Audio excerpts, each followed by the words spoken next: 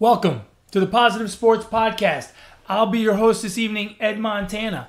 Alongside me today, my fireballing brother, Alex. Alex, how you doing? I'm doing great, man. I feel good. I can go another 9 innings. I don't know. You look kind of shaky there towards the end. Well, we were bullpenning. I had to help you out.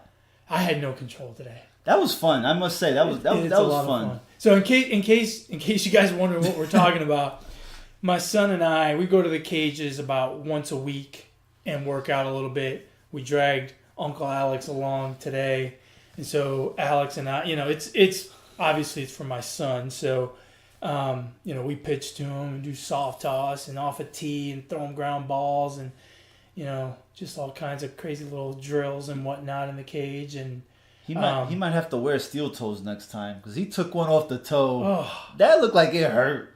I don't know how those baseball players do it. I tell you what, man, it has been an eventful day for me. So I left work today, gonna hustle home, pick up my son to go meet you at the cages, walk out to my car, get in, pull out of my parking spot, thunk, thunk, thunk, thunk. So I stopped immediately. Yeah. Got out of the car, had a flat. Oh, God.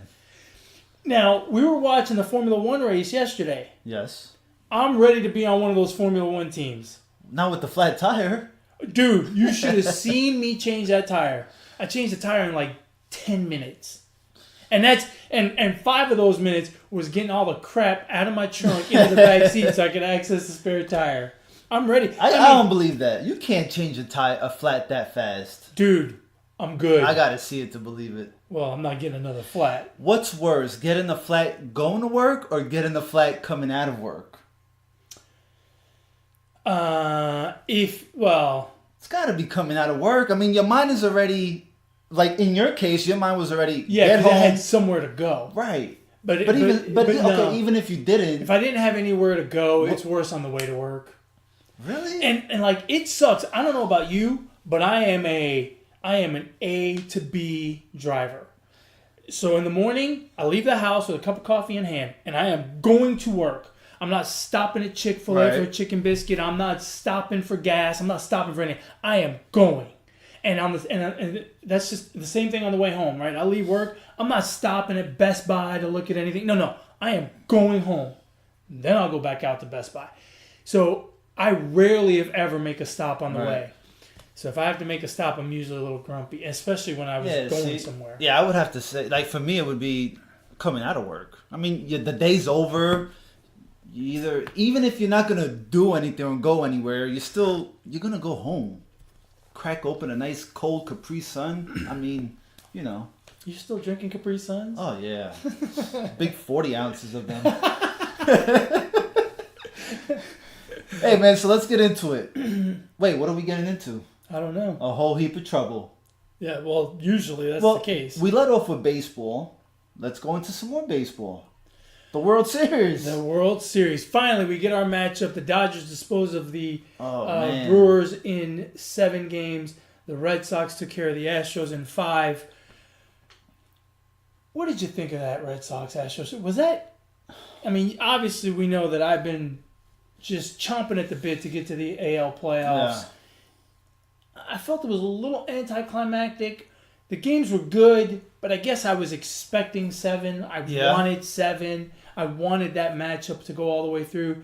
The Astros just looked like they kept shooting themselves in the foot. Yeah, it was a few things. One of them was just Boston hitting with runners on base. Houston couldn't hit with runners on base. Yeah, it was clutch hitting. I mean, they had chances to score plenty of time, especially I think in Game 3, the first game here in Houston, right? Yeah. And then the other thing, when it comes down to the playoffs and the League Championship Series and the World Series, it really comes down to one thing that I think people don't think about. It's the manager. The manager making the right substitution, the right reliever come. And I think Cora made the right moves at the right time at times. I agree with you. I think that's usually a pretty important part of the playoffs. But in this case, I feel like it was just the Red Sox just stepped up to the moment more than the Astros did. The Astros pitching wasn't bad, but it was uncharacteristic. A lot of walks, wild pitches, just free bases that they didn't do during the season. And, it came back to haunt them in many instances. And the Red Sox, look, we're kind of making it sound like the Red Sox didn't earn the win. Yeah. They did, because you're right, they hit in the clutch much better than the Astros and went on. I wonder how much of the Astros' problem wasn't some nagging injuries. Altuve had knee surgery the day after. That one was noticeable. That was noticeable. He was obviously not 100%. But props to him for playing. Yeah, and Carlos Correa, he got hot towards the end of the series, but I mean, he had back trouble throughout the season, really, and even in the playoffs. He seemed to get over it there at the tail end, the last two games, really. But you got to wonder, with those two guys kind of dinged up, you got to wonder if there wasn't an injury issue on that team. And we talked about Boston and their bullpen. It ended up being the Astros bullpen that gave up the runs late in the games. I think in the last two games, the bullpen really squandered close deficits or leads or whatever. That being said, though, the Red Sox bullpen still scares me. Once you get past the starters. Yeah, but you know what? They got up to this point. This is when now you probably see a little bit of confidence in them, and you might see a better showing of the bullpen. That's true. And then on the other side, I think the Dodgers are finally starting. They're starting to pull away. They're not quite there yet. They're starting to pull away. And now they're still not right. And they're not going to pull away. Yeah, unless they win. Oh, yeah. Unless they sweep them, right? I've been talking about the Dodgers all year, waiting for them to pull away. And in this series, they finally started to play like the best team in the NL, which is what I thought they were before the season started. What did you think of Craig Counsell and the way he manages that bullpen? Just real quick, I feel like the Brewers are a good team. Oh yeah. But I feel like they're not going back to the NLCS anytime soon. I feel like this was a flash in the pan. I feel like Craig Counsell, I don't want to say overmanaged because that sounds bad, but I feel like he had his hands in the cookie jar too much. And I feel like he got, I don't want to say lucky, but man, he just pulled all the right levers. Right. And for that to happen again seems improbable to me.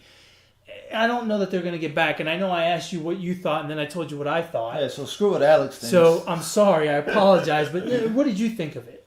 I thought exactly what you said. He overmanaged that particular moment. He overthought it. He overmanaged it. Absolutely. But this Milwaukee, and you always see a team like this, you don't expect them to get this far, and then the next year they take that nosedive. But this Brewers team looks to be like it won't go anywhere. It's not gonna. You're not gonna see that downfall. I don't think they've peaked because they're still so young. They have the possible NL MVP. They got one of the better bullpens. Yeah. Counsell, don't forget, he's still young. He's a young manager. He is. So I don't think we'll see a big drop off for them. They may not have quite the season that they had this year, but I don't think. Yeah, and that's my point. But I think they can still make the playoffs. Yeah, but I don't think they're going to make a run deep into the playoffs. And mind you, I'm saying that on October 22nd, right? Yeah. Who knows what off-season moves they make? It could be a different story. But with other teams coming up, you got the Braves and the Phillies in the East that are good. You've still got the Cardinals and the Cubs that are good. You've got 3 teams out west that are good. I think the NL has a lot of parity. Yeah. And it's going to be tough to come through the gauntlet again. That's just my feeling on the Brewers. Yeah, I think the Brewers will be, I don't know if they'll have a deep run like they did, but... All right, call your shot for the World Series. Oh, you know who I'm picking, man. Oh, come on, man. No, I don't. That's come on. Well, I'll tell you in about 10 days. Look, we're doing the podcast today, so I'm going to need a response. Yeah, I got half of my World Series teams in the World Series. 1 out of 2. I got half of it right. 1 out of 2. I had them losing, so I'm going to stay in the National League and pick the Brooklyn Dodgers. You're going to pick the Dodgers in... What is it? In Boston and 3 in LA? Yeah, it's 2-3-2, which I hate the 2-3-2. Hate's a strong word. I really don't like the 2-3-2 format. I really don't care. Dodgers in 6. Dodgers in 6. Yeah. And your choice for series MVP? It's gonna be Kershaw. Really? I think Kershaw is gonna get himself in 3 games, and he's gonna be as impressive as Randy Johnson was in that one World Series. Well, I hate to disagree with you, but I am going to go with the Red Sox. I think the Red Sox have proven that they're not only a good baseball team, but they can handle the pressure of this World Series. We've seen the Dodgers fold before, and I think the pitching on the on the Red Sox is good enough to handle it. One of the things that I think people are missing out on, no one that plays the outfield for the Dodgers has played a game in Fenway Park. And Fenway Park has the funkiest outfield there is. Yeah. We could have a situation where the Red Sox get an extra base, an extra 2 bases because of a gaff in the outfield because you're not used to it. So I think my point is I think the home field advantage will play out for the Red Sox. I think Red Sox in 6, and my choice for MVP is going to be Mookie Betts. I feel like Mookie Betts has had a fantastic season. I think he matches up well with the pitching of the Dodgers, and I think he is going to really put his stamp on this series. I'll tell you what. The outfield, I don't think will be a big concern for the Dodgers. I think it's going to be the catcher. If the catcher has any issues the first game, he should be pulled. Grandal. I mean, he had a bad couple games. Yeah, that one of them was kind of costly. Yeah, no, I agree with that. But at the same time, and it's difficult to take him out because he catches most of their games. Yeah, but still, you ride the guys that got you there. Yeah, but I think this guy could potentially cost you if he has blunders in the World Series. Okay, but if Machado makes a couple of errors at shortstop, are you going to pull him? No. Why not? Because he's Manny Machado. That's why. Because Puig? because his bat is more valuable than Grandal's is. I mean, case closed. Yeah, but still, I don't agree. I don't agree with that. I think. Look, you got to the World Series with this guy all year. He hasn't been a superstar all year. It's not like, it's not like he's the best player on your team and now he's hitting .075, making errors all the time. You got to this point with this guy. He had a bad, he had one really bad game, and I think if you do that, you don't hit the panic button. You got to ride the guys that got you there. The first 2 games against Milwaukee, right? That series, he had the blunders. Yeah. Okay. He gives you the first 2 games of the World Series. I mean, I'm thinking about it. If I'm Dave Roberts, I'm thinking about it. Absolutely, of course. Did you win the series against the Brewers? It doesn't matter if you're gonna keep having these. If you're gonna keep but it does matter. Past balls. No, but it does matter. That's my point. He's gotten to the World Series with this guy, pass balls and all. He's gotten to this point with this guy. No, he didn't get to the World Series with him. He got to the World Series with his pitchers and the bats, not with the catcher. He handles the pitching staff. Still, remember, you got some young guys on that team in the pitching staff. It's I don't think you hit the panic button right away. I think you're right. After the second game, to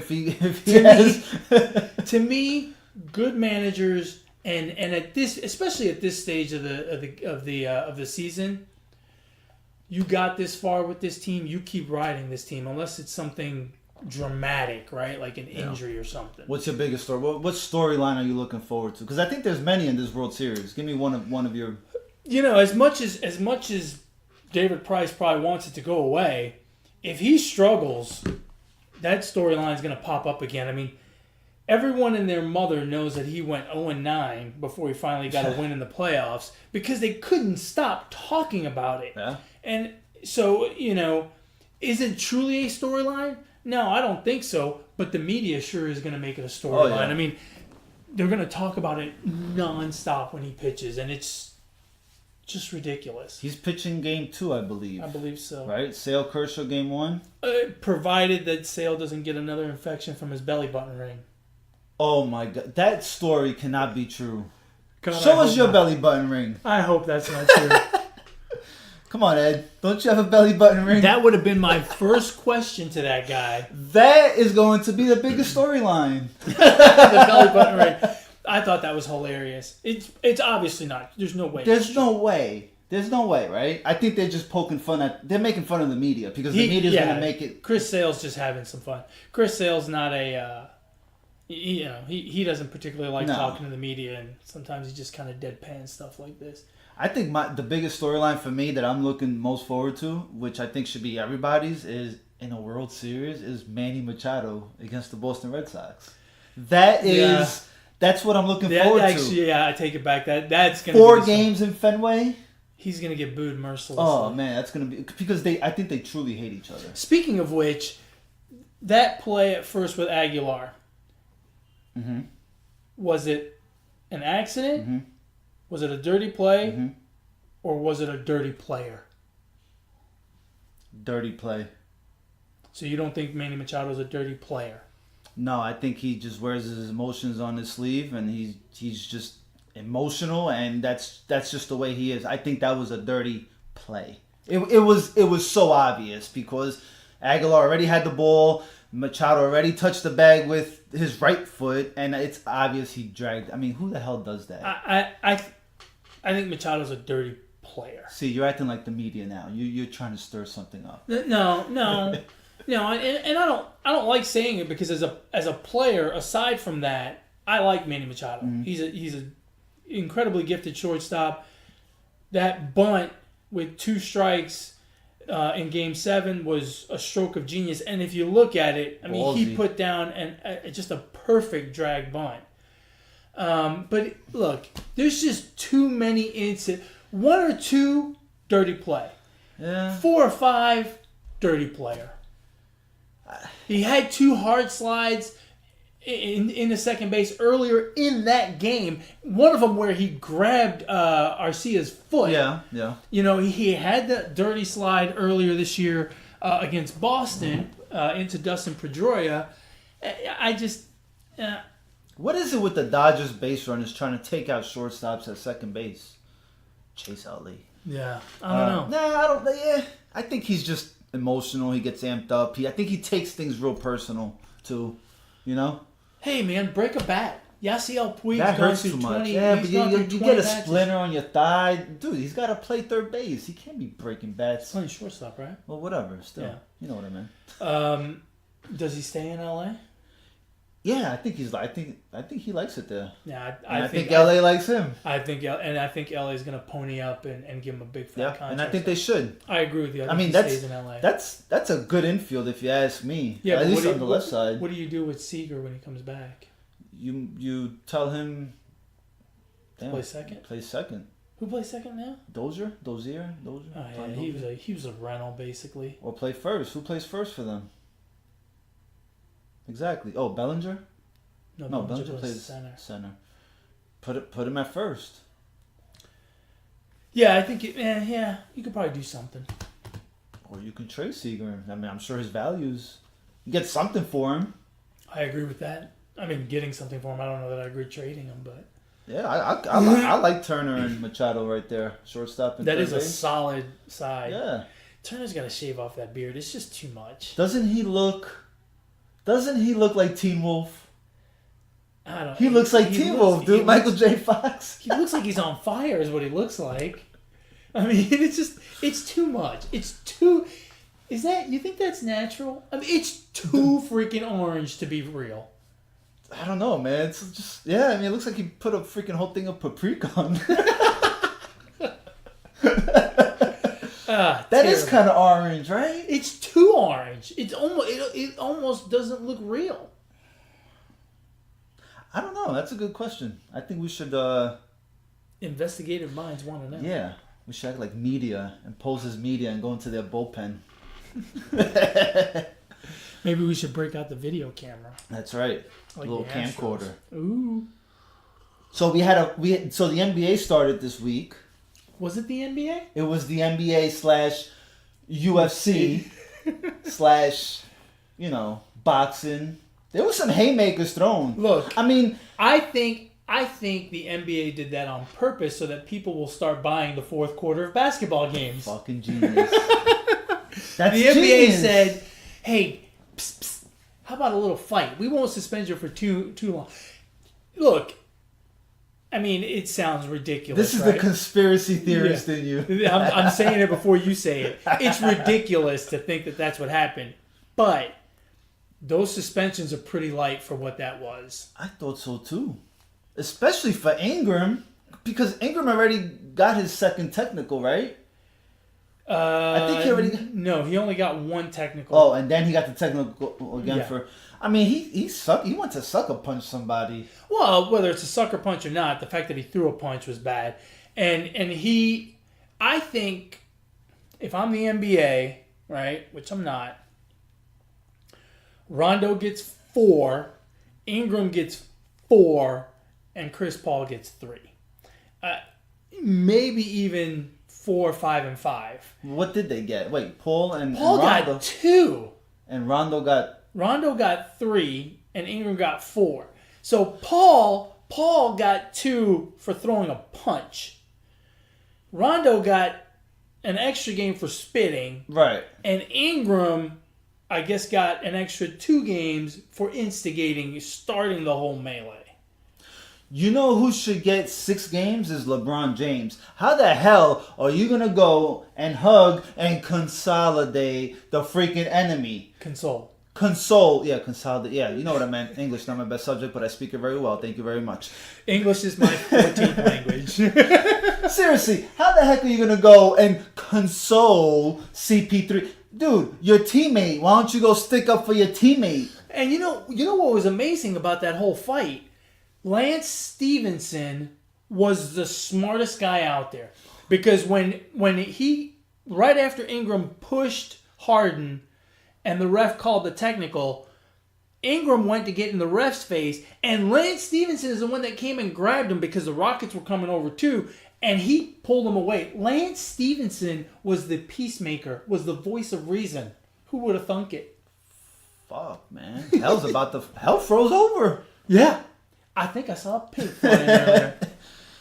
Yeah, I mean, dude, what would you do? Would you go console, hug, talk to Chris Paul? Yeah, Or would you go? I mean, I think you get. Well, in LeBron's defense, he probably thought he could reason with Chris Paul because they're friends better than he could with Rajon Rondo because Rondo's a lunatic. well, now you got to reason with him in the locker room, because if I was Rondo, I mean, I would kind of question it a little bit, like, hey, I mean, why are you not? Hey, let's break down the technique. What did you think of Rondo's left hand? It was quick. It was quick.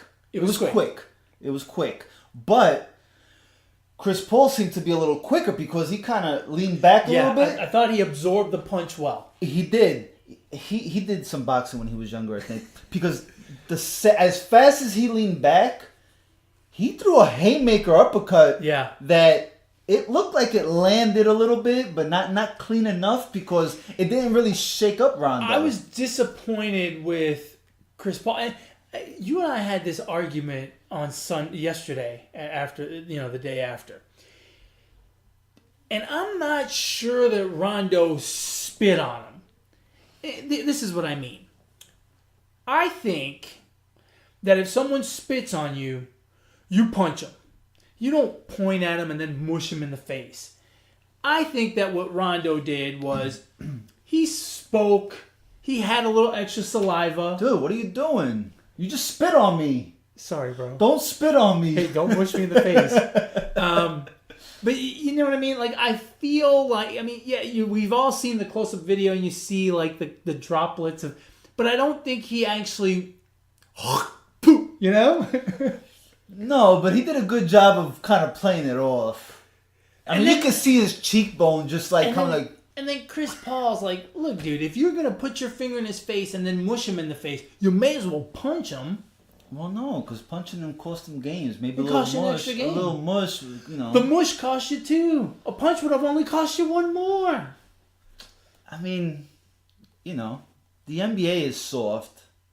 And so he knew in the back of his mind that if he punched, he was definitely going to get games. And, you know, as far as NBA fights go, that was one of the better ones I've seen. better, meaning more violent. Yeah, violence. Sound like Beavis and Butthead. Yeah. That's an uncanny impersonation. Dude, That's very good. Beavis and Butthead was the bomb. I love that show. I never let my kids watch it, It was but it hilarious. was good. Yeah, because usually it's a whole bunch of, hey, hold me back, Yeah. right? You know, a bunch of pushing and shoving and guys holding each other back. This one actually had some punches thrown. It was good. The best part is it was the first time this season that they meet. They've got 3 more meetings. Yes, and it was so early in the season. Yeah. Second game of the season and you're already getting all rustled up. Yeah. So I guess the implosion of the Lakers is kind of happening, maybe. You know, I watched. I went. It was on the next day, so I taped it so that I could watch all of the fourth quarter because I wanted to see the clothesline by Enos earlier in the game. Oh yeah. Which that pretty was serious. I'm surprised that wasn't a 2. Yeah, right? me too. I mean, I thought it was a 2. okay. See, I'm sorry, man. I'm sorry. I gotta pick on LeBron, bro. I have to pick on him. Did you notice LeBron? Did you notice LeBron on that play? On that play? On No. that play. He's just casually walking towards Lonzo Ball like nothing. He's casually walking towards him. But you know what? I mean, no one except for I think it was Lance Stevenson ran over to pick him up. No one. It's like no one cared, and I think that's part of the reason why the refs only gave a flagrant one. But see, what I'm saying is LeBron James. Why is he not picking his brother up like he doesn't have that affinity yet for that team. They're all new teammates. Dude, they've been practicing for the whole summer. No. And I'm sure he's been talking with some of them. Yeah, but it's not the same as having been in the trenches with guys, and you know, Not playing with besties. Well, that and not having been through the wars, you know. Would he have done the same thing in the second game when he came back to Cleveland and it was all these new guys? I don't know, man. I just feel like he. Did you see James Harden during the fight? No, what did he do? 0. Not a damn thing. I mean, he literally... So, it's all happening in the paint. He was at half court, and all of a sudden, it starts happening, and he walks over. He takes 2 steps like he's, like, kind of with a purpose, and then he just kind of stops and just watches. And he's like, kind of like, what the hell are these people doing? I'm not getting my beard in there.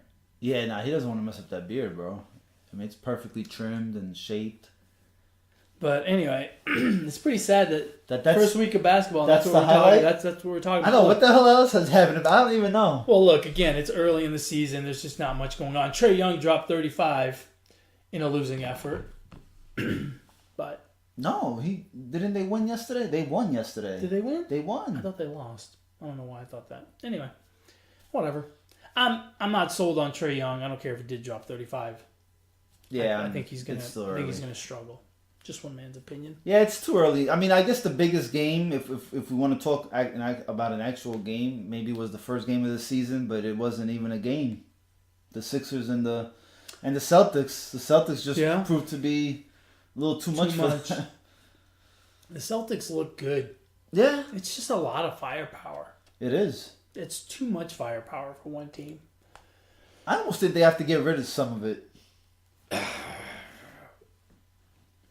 Win a championship first, and get rid of it, maybe. And maybe that's the reason they don't win a championship. Too much firepower.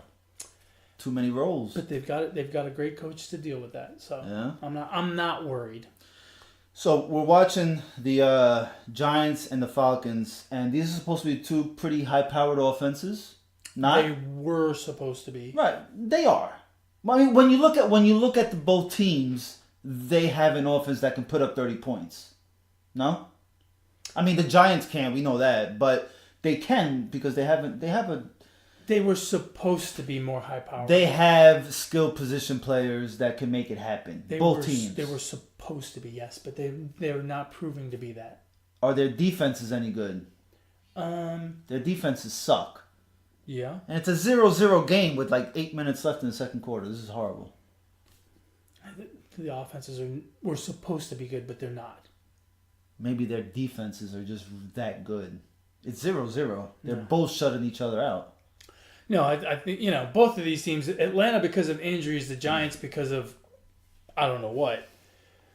But you're right. They've got a lot of good skill position players and names, but offensively they've just been poor. Both teams.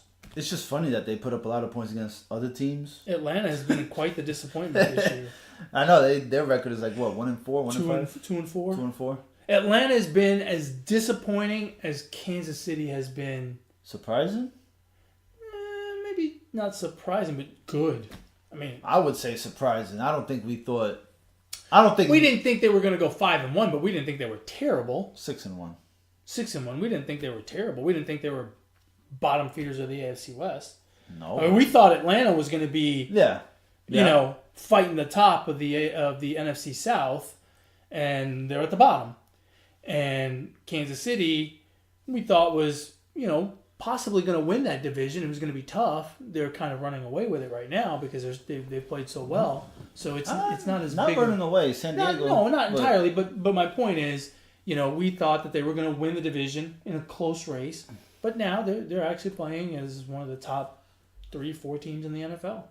I think right now the Rams and the Chiefs are head and shoulders above everybody.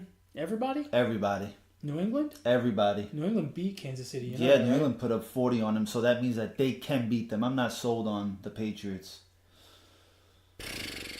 They put 38. They put 38 up on Chicago. They scored 157 points in their last. Remember week 4 17 games? of like 2006 when the Giants played the freaking Patriots and we put up 35 on them, still lost? Well, we met again and we ended up beating them, so they can be beat. Yeah, but that doesn't mean that the Giants were head and shoulders better than the Patriots.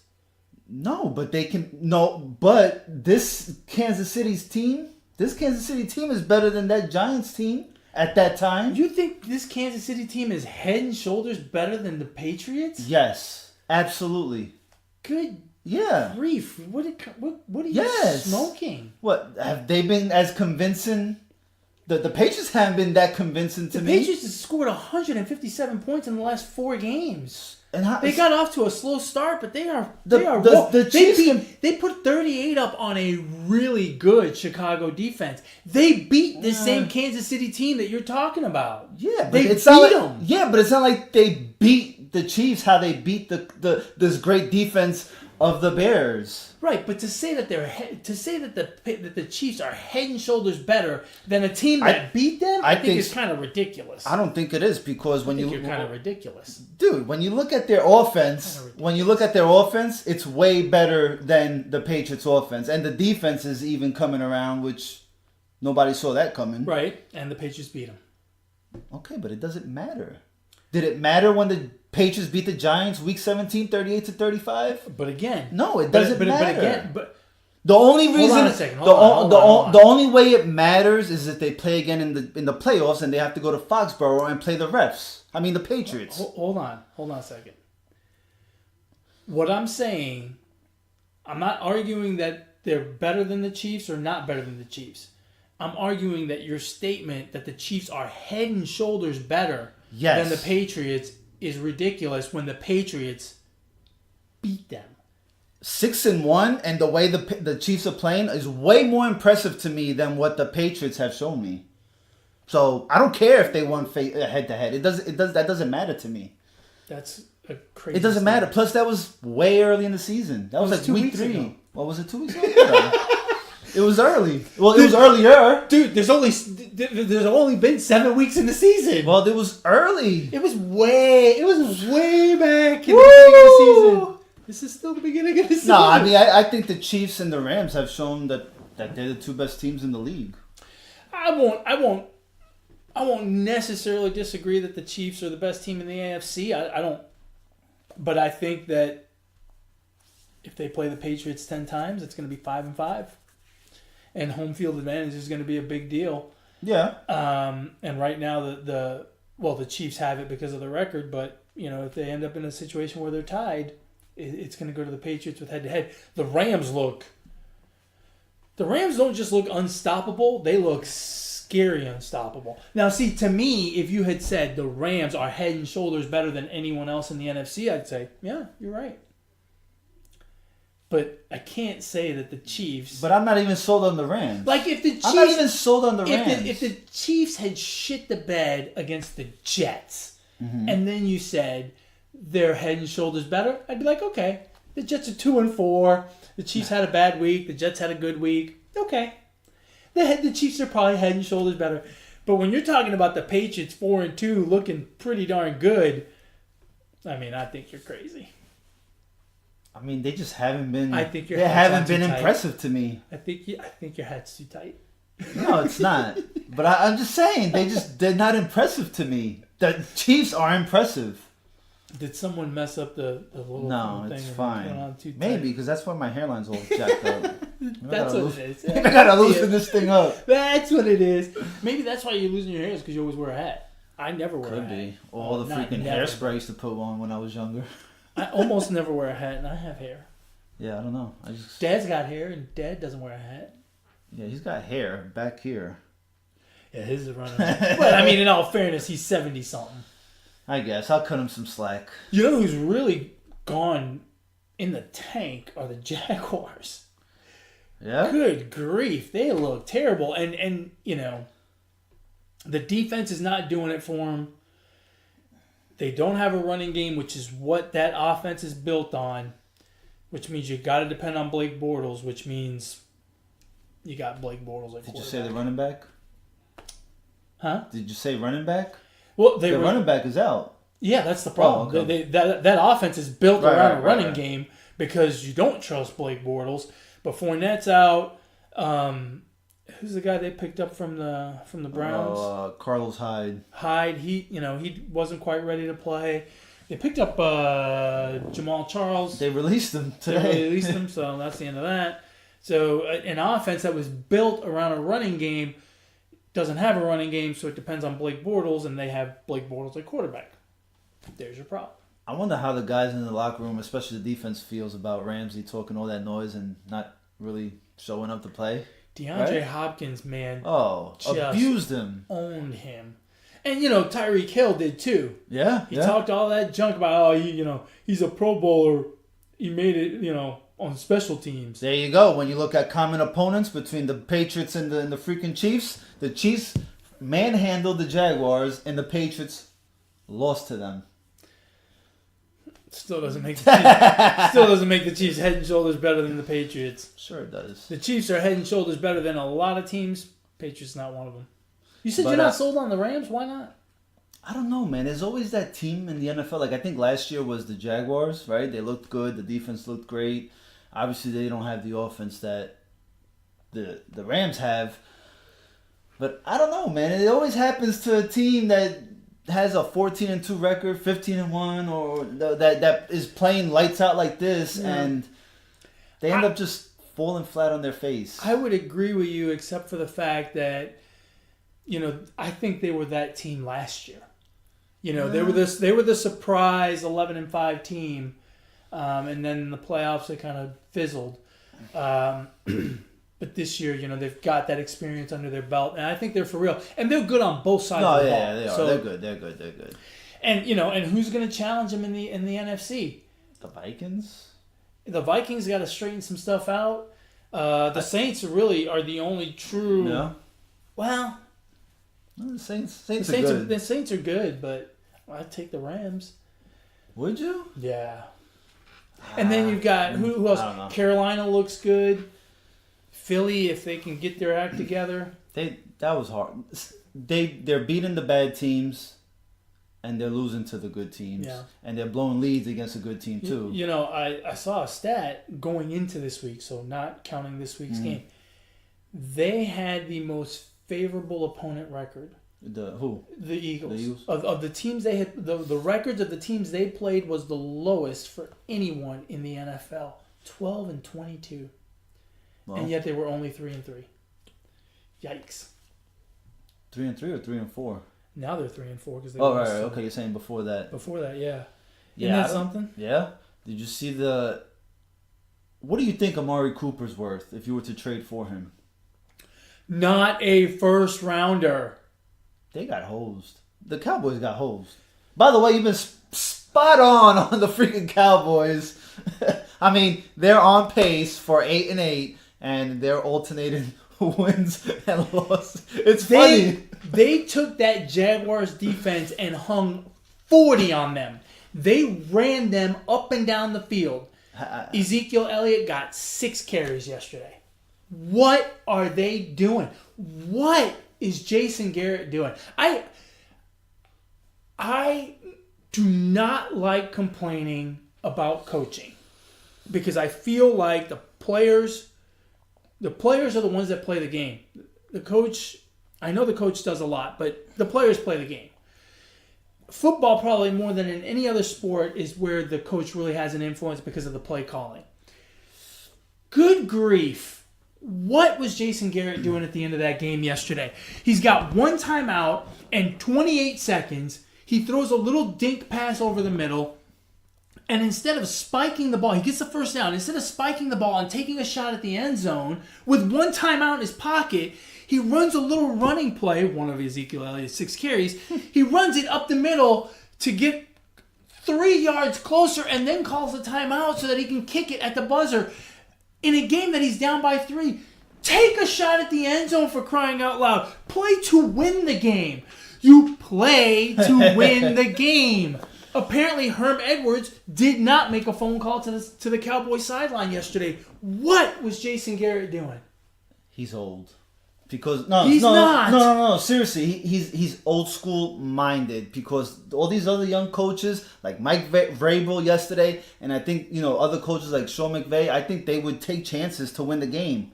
Even look at what's his name? The guy from the Packers. What's his name? McCarthy. He was trying to win the game. Look at Sean Payton yesterday, going for it on 4th down like 3 times in one drive. And on the very first drive of the game. He meant business. I just don't understand. I don't agree with Mike Vrabel because that's a win or lose situation. This one, you have a tie or win situation, right? Because you're going to kick a field. You have confidence in this kicker to kick the field goal, obviously. So it's a tie or win. Vrabel, it's a win or loss. So I don't agree with Vrabel. And the other thing about Vrabel is when he does that, if I'm on the team, it makes me feel like my coach thinks the other team is better. We got to win this right now or else. That's kind of the feeling I get. With Jason Garrett, that's not the case. He's got the tie in the bag, so to speak. Right, in the back pocket. Take 1 shot at the end zone. Yeah. Or take 1 shot to get a heck of a lot closer and make it a chip shot. But to run a little bullshit running play to get 2 more yards. And I think this is, here's the difference between Dak Prescott. It's a big difference, but I'm just saying Prescott and Aaron Rodgers. If you saw Aaron Rodgers on Monday night against San Fran, yes. He was telling McCarthy one more. Yes. He got his kicker Crosby as close as he could. Exactly. Right? And I think that's the difference in the play calling. But I don't believe that difference is between Aaron Rodgers and Dak Prescott. I believe that difference is between McCarthy and Garrett. Yeah. Because Garrett, look, at the end of the Aaron Rodgers probably, obviously has a lot more say-so than Dak Prescott in the offense. Yeah. But that to me is Jason Garrett's responsibility to say, let's go. Yeah. And it just, and look, and this is why the Cowboys are going to be an 8-8 team, and they're going to alternate wins. And next week we're going to talk about how great they are again. Wow. I mean, it's ridiculous. I couldn't believe Jason Garrett yesterday. I caught that game by accident. I was doing a bunch of stuff, and then all of a sudden happened to sit down and watch the last 5 minutes of the 4th quarter. And I couldn't believe it. I could not believe that they wouldn't take 1 more shot to get closer. Like a 47-yarder is a foregone conclusion. What? And then the cherry on the top, the penalty. Yeah, to make it 52 instead of 47. Because the ball moved or whatever. I don't even care about it. That's such a dumb penalty. It really is. Yeah, it is. And look, I don't understand it. I don't understand 90% of the penalties. Here's my look. the Cowboy fans are going nuts about the penalty. Like I'm going nuts about Jason Garrett. But the call is right. He did do it. Yeah. He did it. If you're playing by the rules. Right. But they never call it. Right? But did he do it? Absolutely he did it. And so it's like traveling in the NBA. When they call it travel, everyone loses their mind because everyone's traveling. But by the letter of the rules, he traveled. Yeah. And in this case, by the letter of the rules, it's a false start. Yeah. So I don't have a problem with them calling it. And quite frankly, if Jason Garrett had run one more play and gotten him 10 yards closer, it wouldn't have made a difference because that thing sliced off in like the last 2 yards to hit the goal. Yeah, it was going in. Yeah. Oh, that's amazing. Amazing. What a year it's been for kickers. I mean, we've seen some... Did you see the Tampa Bay-Cleveland game? No. Tampa Bay kicker misses a kick at regulation and then hits a 59-yard in overtime to win. Damn. And then Tucker, who's gone 222 straight. Oh, no. It wasn't 222. So 122. No. It was like... No. It was like 8,416. Holy smokes, that's a lot of extra points. He was kicking 40-yarders when he was like coming out of his mother's womb.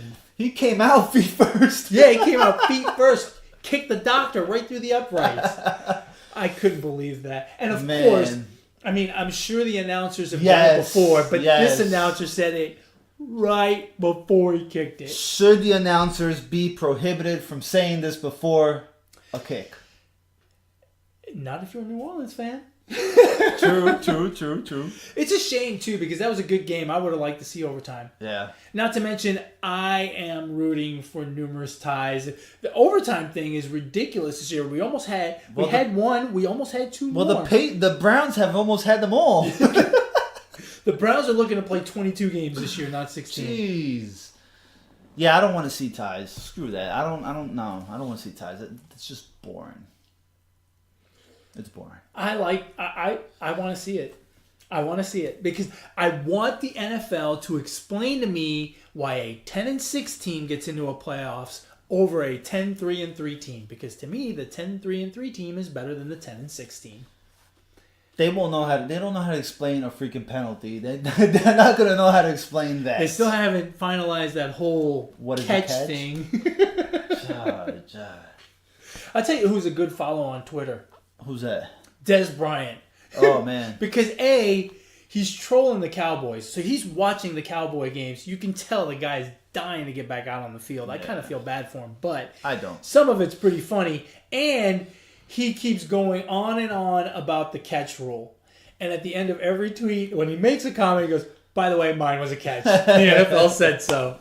He can't live that down. No, well, it's one of those things. Well, right? I'm glad he can. Good for him. It's interesting. What else in the NFL yesterday? That's about it. I mean, there wasn't really anything. Your sleeper pick of the Bengals is headed down. Now, speaking of the Bengals, they're looking like the Bengals now. What do you think about only $112,000 worth of fines for Burfict, but no game suspension? For all of those hits in the Pittsburgh games. He had like 3 of them. Damn, he racked up that much in just the Pittsburgh game? Yeah, that's from the Pittsburgh game. Yeah, I mean, you got to suspend him. I don't understand. Suspend him one game. I don't understand how he can have multiple infractions worthy of a fine that doesn't amount to a game suspension. Now, that's a dirty player.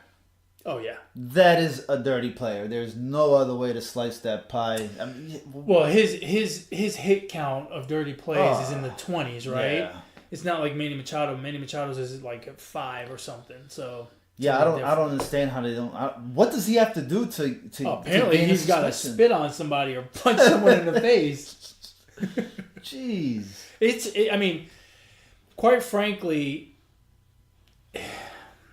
Yeah, I don't understand. Saying that guy shouldn't even be in the NFL is going too far, but I am almost to the point where I think he shouldn't be in the NFL. I mean, he's knocking guys silly. I mean, Antonio Brown was knocked silly last week. Yeah. And it's just not, look, this is not the... I don't understand how you can have roughing the passer calls for guys that, hit right above the knees with their arm as they're going by, but this guy can keep playing. I mean, what? I don't understand. I don't understand it. So he didn't cost his team anything. Wasn't there a play in college or the NFL this past weekend where you had the quarterback slide, right, and then you had the defender dive in with his helmet, and he hit the quarterback with helmet to helmet, but they didn't call the penalty, and the reasoning from the referee was that it was legal because he was making a play. The defender was making a play. Well, I think the rules are a little bit different once the quarterback leaves the pocket. Right, but at that point when he's sliding, he's giving himself up. I tell you what, man, I wouldn't want to play defense. Today's NFL, it's too hard, and the quarterbacks are taking advantage of it. I would. Obviously, not just in the pocket, but you can tell guys are afraid to hit the quarterbacks when they're running, and so they're sliding as late as possible, picking up a yard or two, in some cases a first down, and if not, picking up 15 yards for getting hit. They were talking about that on last Sunday night's game between the Chiefs and the Patriots, where the Chiefs hung in there and put up a lot of points on the Patriots. That's not the point though.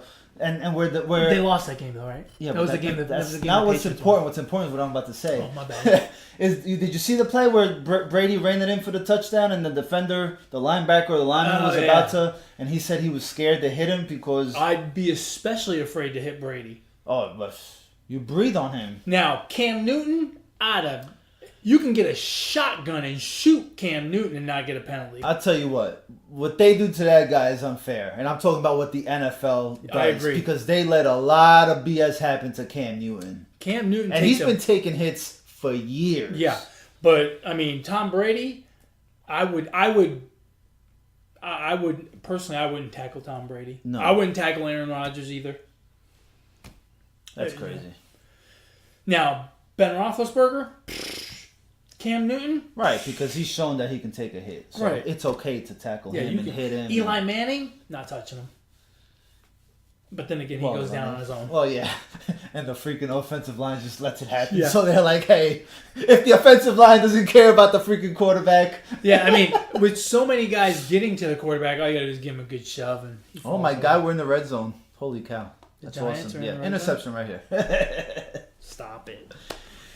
You got anything else? Nah, man. You ready to roll into the shutouts? Let's wrap this puppy up. The shutouts? I know you're tired from bullpen, and you literally threw like 10 pitches, bro.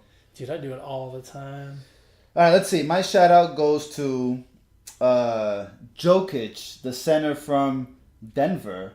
He put up a crazy stat line that was only done twice before, both times by Wilt Chamberlain. He put up 35 points, 11 for 11 field goals, 12 rebounds, 11 assists, and 0 turnovers. Wow. A perfect triple-double. Wow. I think that's pretty impressive. That is especially a heck of an evening. Did he punch anyone? He did not, but he was talking to some of his guys, and it looked like he spit on them. Ooh. But I think they were... That's like a quadruple double. Since they were teammates... They let it go. It's all good. What's impressive is he had 0 turnovers. That is impressive. Right? That is very impressive. That's my shout-out. Nikola Jokic. I like it. I like his name, too. The Joker. Yeah, it's pretty cool. My shout-out goes to Drew Brees. 2 weeks in a row, 2 milestones. Last week, he broke the record for passing yards, passing Peyton Manning. He's thrown for 75,000 yards or some ridiculous number like that. It's like 25 miles of passing yards. It's just ridiculous. Yeah. And then this weekend he threw threw a touchdown pass number 500. I mean, think about it. If you throw 40 touchdowns in one season, that's a monster season, right? Yeah. Shit, you got to do that 12 times to get to 500. Yeah. So, I mean, it's just incredible. His longevity is very impressive at this point. And I don't think he gets the respect he is due. He's starting to get it a little more now as he's breaking these records, and obviously only one Super Bowl and not a whole lot of Super Bowl appearances. In fact, only one Super Bowl appearance. So maybe that's why he doesn't quite get it. But as prolific a passer as we have ever seen and probably will ever see. So my shout out goes to Drew Brees. And on top of that, he's a really good dude. I mean, jeez. And he's a good dude, right? I mean, he's one of the good guys. He is one of the good guys. So it's really good to see him achieve all these milestones. I feel like sometimes he doesn't get the props because I kind of see him as a late bloomer, and he came up when Manning and Brady were like at the top of their game, pretty much. Which sucks because he's still playing and putting up these great numbers. The funny thing is and I don't care. He wasn't supposed to be the starting quarterback in San Diego, and yet he was. Because he was so small. Right, so small. Which I don't think he's that small. And then for a quarterback, they actually went out of their way to trade for Phillip Rivers. Yeah. Right. They drafted Eli. Eli didn't want to play, so they actually went out of the way to trade for Phillip Rivers. And basically had this asset, traded him away to New Orleans, and he's really made himself into a Hall of Famer. Easy. But I mean, he was good in San Diego too. Yeah. He just never was. In San Diego, he was running into Brady and Manning. In New Orleans, he never had a defense to help him out, so they didn't go real far except for that 1 year. Also, an offensive-minded guru like Sean Payton helps a little bit. Yeah. But they complement each other. Yeah. No, and I mean just. Amazing the path that he has taken to being one of the greatest quarterbacks ever. Agree. And that is that. Episode 43. Ooh, I got 43? one. I got one. It's the best one. I got one too. And I'm gonna be so pissed if it's the same one. The Head and Shoulders guy? No. Sweet. Who you got? I got Troy Polamalu. Oh, that's good. That's good. Mine is a little bit older because I'm a little bit older. Dennis Eckersley. Oh, that's a good one. Who this past week we celebrated the 30-year anniversary of that meatball he threw to Kirk Gibson. That's right. In the World Series. So, episode 43 in the books. 43. The Dennis Eckersley episode, the Troy Polamalu episode. Dad's gonna be happy you picked a Steeler. I seen a clip on real quick. I seen a clip on Twitter of all of Palomalu's plays jumping at the line of scrimmage. That was amazing, dude. That's like a 1 minute clip. He did it over and over again. He was so good at it. Yeah, his timing was impeccable. Quit copying me, dude. Whoa, that's crazy. Maybe we've been doing this podcast a little too long. Damn, I still can't get this head straight. Good thing the show's telling over. You, it's on too tight. And with that, we've come to the end of another awesome episode of the Positive Sports Podcast. Where can they reach us? If you want to reach the show, you can do so via email at positivesports10@gmail.com. Positivesports10@gmail.com. If they want to get a hold of you, my brother, how do they do that? Don't be a leader. Be a follower on Twitter at Brooklyn Gaucho. And I don't know one person on earth that doesn't like a giveaway. So I'm going to post it again on Twitter. All you have to do is like and retweet, okay? And it's not much, but it's a giveaway, okay? Free. Fanatics.com. You like hats, you like jerseys, Christmas time is coming. You can do your shopping. Get a certain percentage. Hats. Yeah, you can't win though. But you can like and retweet. I'm gonna like and retweet. I'll give you mine. I'll give you mine after the show. I'll sign it for you and everything. I don't want your hat. So just tomorrow, Tuesday, Wednesday, just look for the tweet. And all you have to do is like and retweet. And that's it. Cool. If you want to reach me, you can reach me at Twitter as well, at eMontana21. As always, folks, ignore the negativity. Be the positivity. Peace.